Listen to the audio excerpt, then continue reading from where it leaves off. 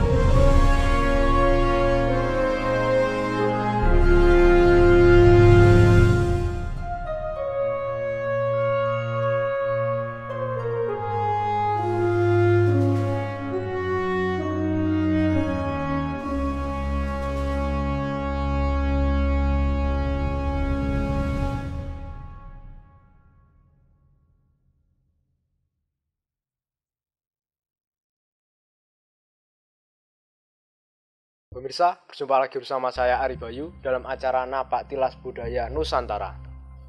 Kali ini saya sudah bersama Bopo Stresno. Saya akan bertanya tentang kelanjutan kisah Kamandaka dengan Putri Ciptarasa. Mau tahu kisah selanjutnya? Langsung saja kita tanyakan kepada Bopo Stresno. Bopo Stresno, Ya. ini maaf mengenai kisah yang terdahulu dari Bopo Stresno tentang kisah cinta romantis Kamandaka itu Bopo dengan Putri Ciptarasa. Nah itu kan apa kesampaian Bopo? Mohon dilanjutkan bisa Bopo lanjutannya. Mas Ari Bayu, tentu semua tidak lepas dari cobaan, gitu. Tidak ada orang serta-merta langsung enak, itu tidak ada ya. Karena ibarat kata lebih baik mandi keringat di saat latihan daripada mati di palagan. Itu kan dari ejaan kata seperti itu kita ambil dari saat kita masih belajar dulu di lahan, gitu. Pada hakikatnya mungkin itu adalah satu rentetan lelaku yang dilakui oleh seorang Raden Kamandaka.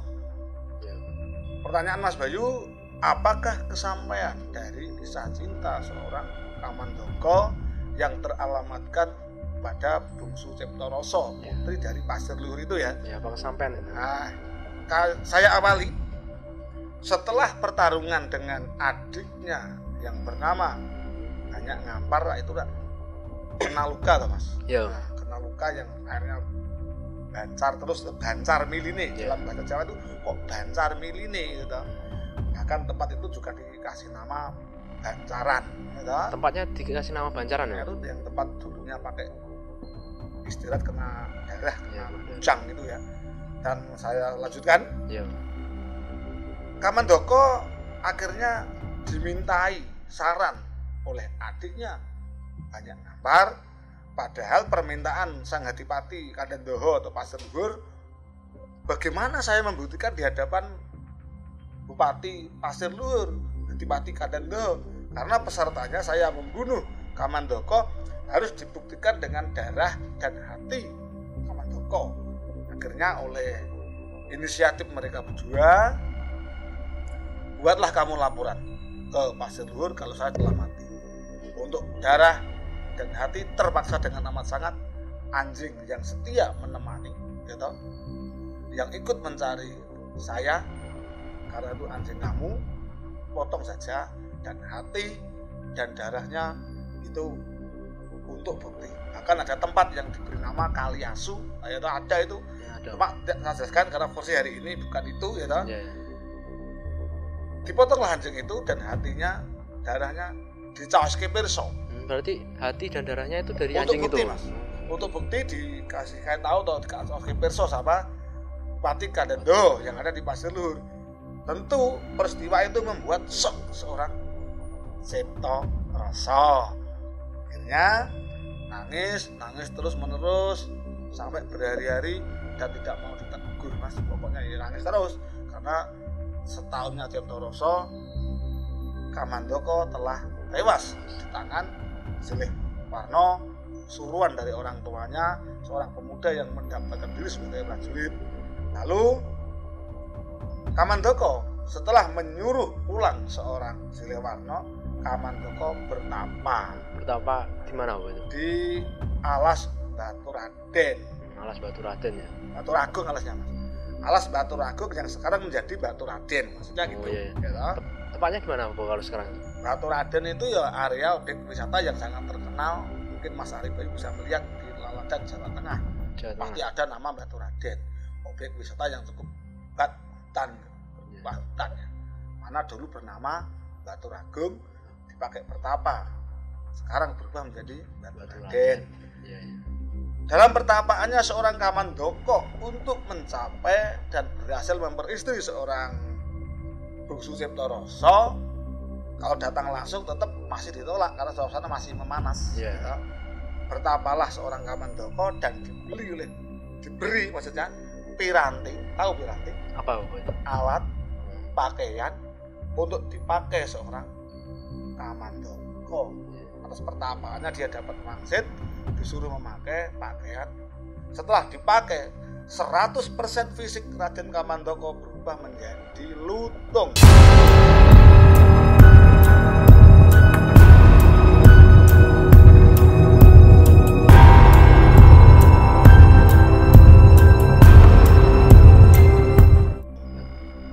Bisa lutung itu gimana? Kok lutung itu apa, Bu? Lutung di atas izin yang maha kuasa ya, pakaian dipakai, seketika itu seluruh tubuhnya berubah menjadi lutung.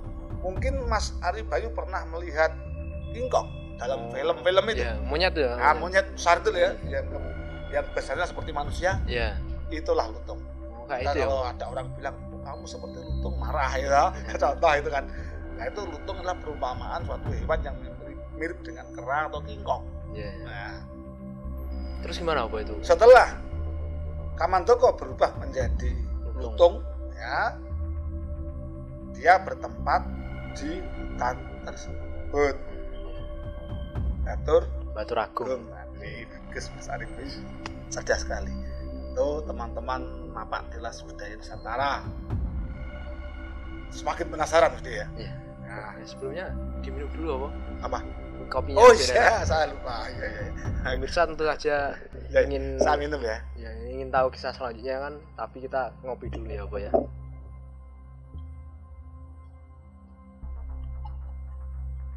Saya lanjut, Mas Ya. Ari Bayu. Setelah jadi lutung, sekarang saya ambil kisah di Pasir Luhur untuk menghibur dan atas kemenangan terbunuhnya seorang Kamandaka yang pernah bikin geger di Pasir Luhur. Adipati Kandandaha mempunyai kebiasaan berburu. Ya, berburu itu ya membawa prajurit secukupnya, yang mana tujuannya melindungi keluarga kadipaten kalau ada gangguan dari hewan buas. Yeah. Di saat berburu, Mas, ya ada kijang, ada hewan-hewan yang lain, panah mati dibawa ke Pasir Luhur. Ternyata, Kenapa, Bu? di hutan tersebut ada seekor lutung. Nah, kera ya ini. kera tadi ya, ketika lutung itu mau dipanah dan mau dilempar tombak oleh prajurit dan bahkan langsung oleh Adipati Kandandaha mau menjemparing atau manah lutung tadi, ternyata dengan entah apa yang dilakukan, lutung itu seakan-akan menyerah. Nah, seakan-akan menyerah atau bersimpuh di hadapan Bupati Kandandaha. Ya. Dalam bahasa Jawa namanya kesarung. Sarung. Nah, kasarung. itu bersimpuh bersimpuh ya. bersimpuh untuk jangan bunuh saya akan manut sampean. Itu dalam penerjemahannya. Dalam bahasa Jawa dinamakan kasarung. Nah, maka disebutlah lutung itu untuk memudahkan panggilan, saya bawa lutung yang kasarung ini. Lutung yang bersimpuh seakan-akan tidak menyerang, tidak buas, ternyata sangat jinak sekali dan dibawalah ke Pasir Luhur. Jadi nggak jadi di anu ya. Nah, masyarakat seputar hutan situ ada yang namanya Ki Wonoboyo. Ya itu siapa? Nah, Ki Wonoboyo itu. Kebetulan orang yang ahli istilah itu pawang lutung gitu loh, Mas. Pawang lutung. Akhirnya atas permintaannya sang Adipati, Pak, apa kamu mau ikut saya ke Kadipaten itu, nanti kamu yang nyerateni, yang tahu bahasanya kan sampean. Yang mau dibawa ke Kadipaten. Setelah sampai Kadipaten, Mas Adipati. Iya. Ada apa? Lutung itu tidak mau makan. Nggak mau makan. Kenapa? Pisang nggak mau, dikasih makan apapun nggak mau. Akhirnya seorang bupati memberikan sayembara, tapi sayembara khusus untuk keluarga, bukan untuk umum. Anaknya kan banyak, Ciptowati, Ciptoningsih, Ciptoningrum, dan Cipto yang lain. Yang terakhir kan Cipto Rosowadi. Akhirnya Mas, barang siapa anak-anak saya, ya toh, yang bisa menjinakkan hati seekor lutung agar mau makan dan menerima pemberiannya, yaitu nanti yang saya beri hak untuk merawat lutung ini. Akhirnya yang Ciptosari beri dilemparkan ke mukanya, yang Ciptoningsih melempar kasih ke lutung pisang dibuang. Dan tiba saatnya giliran Ciptoroso. Pasti bisa nebak kan? Karena memang idolane gitu. Akhirnya pemberian Ciptoroso langsung diterima dengan halus, dimakan dengan enak, bahkan kulit pisang pun dibuang dengan tempat yang bagus. Akhirnya diputuskan lutung itu adalah hak piaraan Ciptoroso. Setelah di Taman Sari, di mana tempatnya seorang Ciptoroso, kalau malam hari lutung berubah menjadi Raden Kamandaka, kalau siang hari berubah menjadi lutung, dan itu terjaga selamanya. Tidak ada yang tahu kalau lutung itu adalah Raden Kamandaka. Nah, diselang beberapa hari atau bulan, datanglah patih dari Nusa Kambangan. Siapa itu patihnya itu? Patih Pule Trembini. Patih Pule Trembini. Dia seorang patih dan dia datang ke Pasir Luhur atas utusan sesembahane atau rajanya yang bernama Pule Baas. Raja yang menguasai Nusa Kambangan. Itu ngapain Bapak itu ke situ? Ya, kedatangan Pule Baas kan membawa surat. Isi surat itu, hei Adipati Pasir Luhur, Pati Kadandoho yang saya hormati, saya tahu putri kamu tinggal satu yang belum punya suami. Perkenankan saya seorang pemimpin atau raja di Nusa Kambangan menghendaki anak kamu. Kalau kamu tidak berikan atau anakku menolak, Pasir Luhur akan saya ratakan dengan tanah. Seorang Prabu Pule Baas itu orangnya tinggi besar dan sangar, setengah tidak seperti manusia intinya, medeni gitu loh Mas, besar.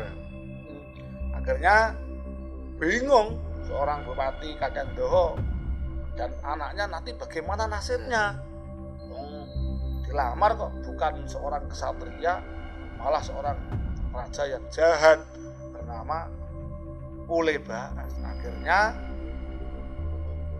minta waktu beberapa hari, kalau tidak salah 40 hari, minta inah itu waktu, tenggang waktu gitu, tempo istilahnya. Akhirnya nangislah seorang Ciptoroso di hadapan Lutung Kasarung.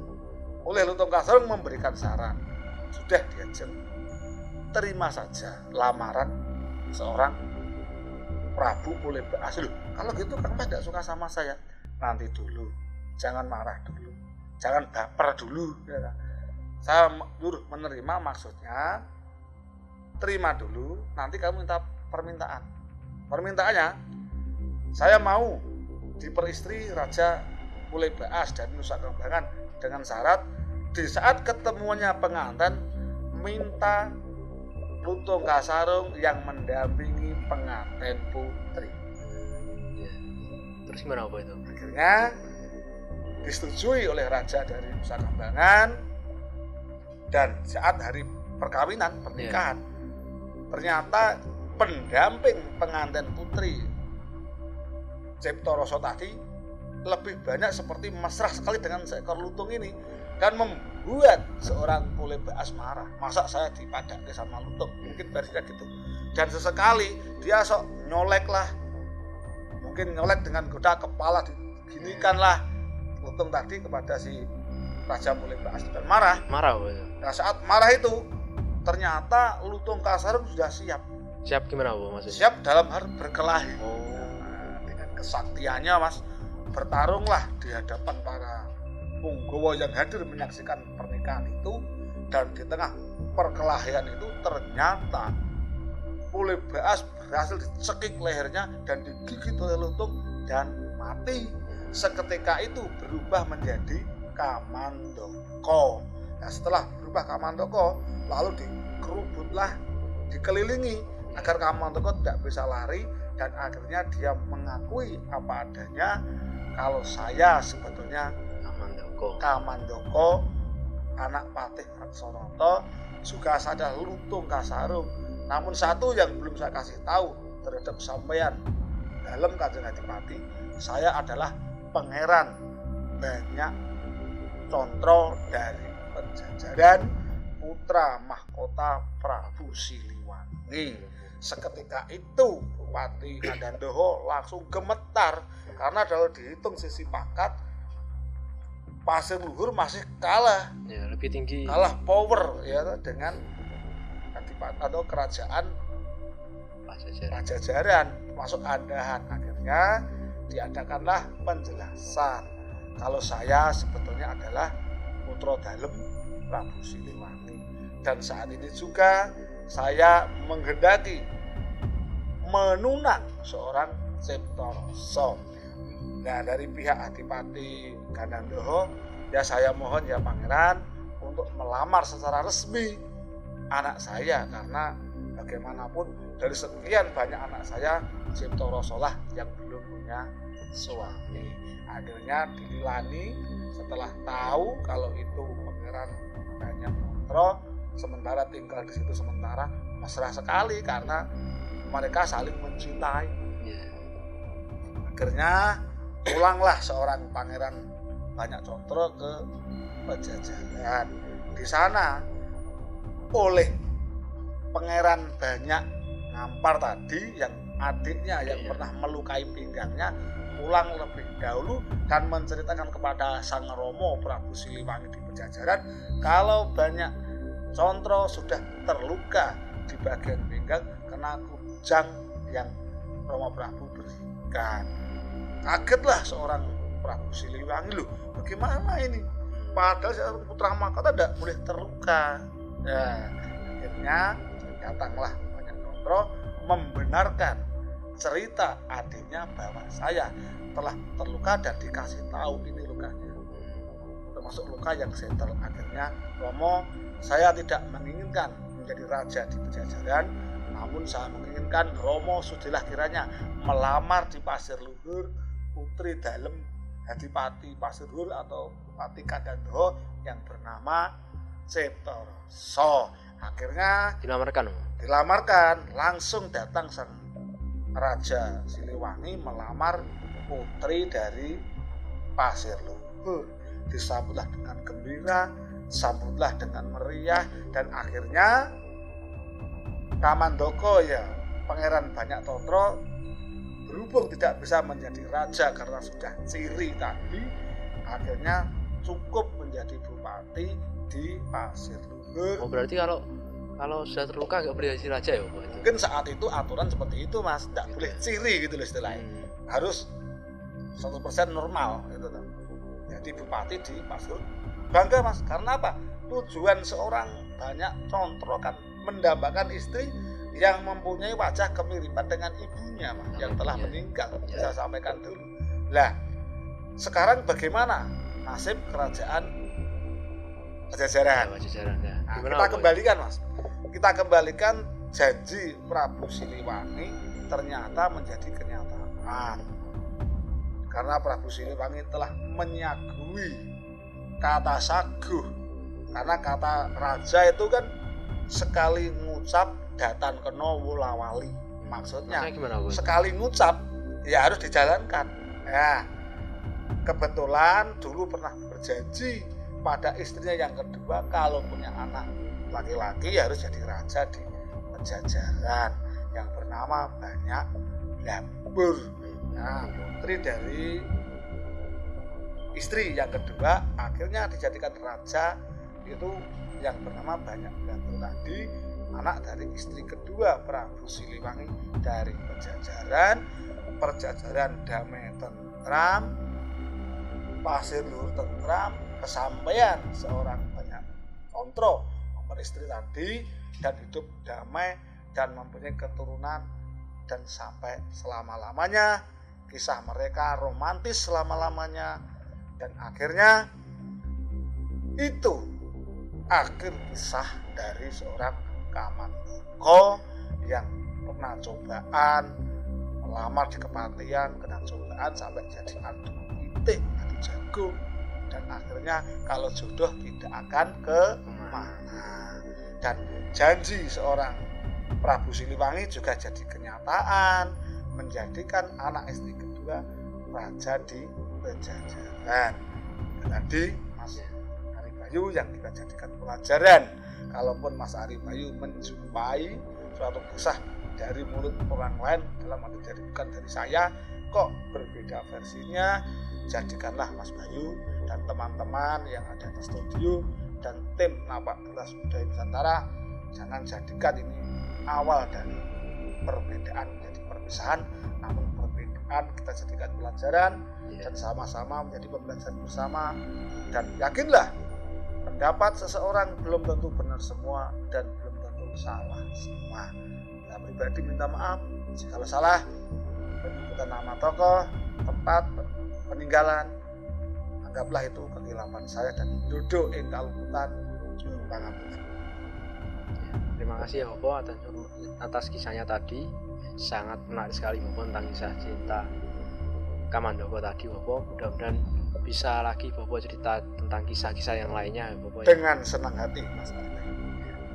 Oke, itu tadi pemirsa kisah dari Bapak Trisno yang menceritakan tentang kisah Kamandaka, kisah cintanya yang sangat romantis tadi. Mudah-mudahan bisa bermanfaat untuk kalian semua. Yang baik bisa kalian ambil, yang buruk bisa kalian buang. Apabila ada salah-salah kata, kami mohon maaf. Tetap ikuti video-video kita selanjutnya. Tetap di Salam Napak Tilas Budaya Nusantara.